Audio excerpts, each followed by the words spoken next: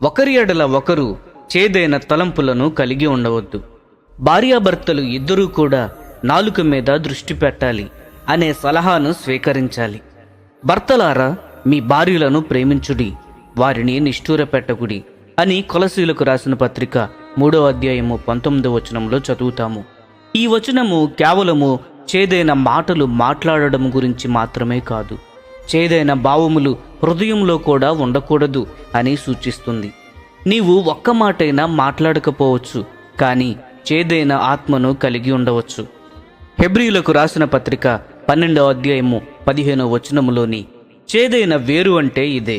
ఈ చేదు ఇంకా పెదవుల మీదకు రాలేదు, ఎందుకంటే ఈ చేదు నీ హృదయములో అప్పుడే ప్రారంభమవుతున్న వేరువలే ఉంటుంది.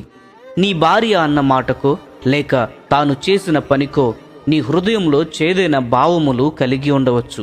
లేక ఎందుకు తానింకా తన తల్లిదండ్రులను అంటుపెట్టుకుని ఉంటుంది అని చిన్నగా నీవు చేదైన తలంపులను కలిగి ఉండవచ్చు. నీ ఇంట్లో దీని గురించి వాదనలు పెట్టుకోవడము లేక ఘర్షణలు జరగడము నీకు ఇష్టం లేక నీవు దీని గురించి పైకి మాట్లాడకపోవచ్చు. కానీ చేదైన వేరు నీ హృదయంలో మొలిచింది. ఆ వేరు అంతే ఉంటుంది అని నీవు అనుకుంటున్నావా?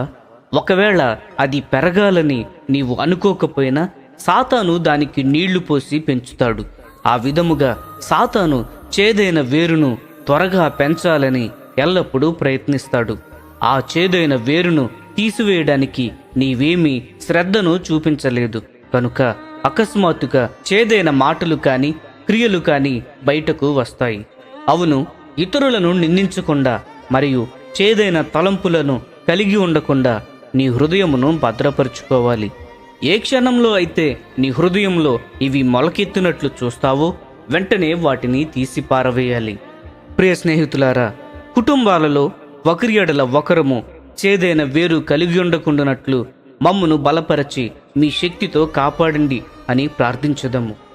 ప్రియమైన స్నేహితులారా, ఈ సందేశములు మీకు ఆశీర్వాదకరముగా ఉన్నట్లయితే లైక్ చేయండి, సబ్స్క్రైబ్ చేయండి, అనేకులకు షేర్ చేయండి.